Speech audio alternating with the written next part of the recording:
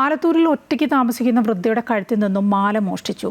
വീട്ടിൽ അതിക്രമിച്ചു കയറിയായിരുന്നു മോഷണം. കുനിശ്ശേരി ചുണ്ണാമ്പുതറ സ്വദേശി രത്നവല്ലിയുടെ കഴുത്തിലെ 3 പവന്റെ മാലയാണ് മോഷ്ടാക്കൾ മോഷ്ടിച്ചു കൊണ്ടുപോയത്. ഇന്നലെ രാത്രി 9 മണിയോടെയാണ് സംഭവം.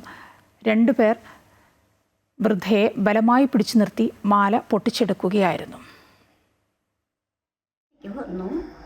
അതിലൊരുത്തനെ എൻ്റെ വായ പൊത്തിപ്പിടിച്ചു. അടുത്തുള്ളവരെയൊന്നും വിളിക്കാതിരിക്കാൻ വായ പൊത്തിപ്പിടിച്ചു. അങ്ങനെ പിന്നെ ഞാൻ ചേർന്നു മുറിഞ്ഞു.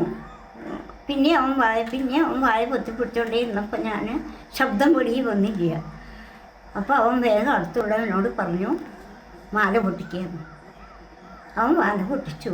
ചെറിയവൻ മാല പൊട്ടിച്ചവൻ അത് കിട്ടിയവൻ രണ്ടാളും പോയി. പിന്നെ അതിന് ശേഷം ഞാൻ എല്ലാവരെയും വിളിച്ചു കൂട്ടി. പോലീസ് പരാതി കൊടുത്തിരിക്കുകയാണല്ലോ. പോലീസ് പരാതി കൊടുത്തു.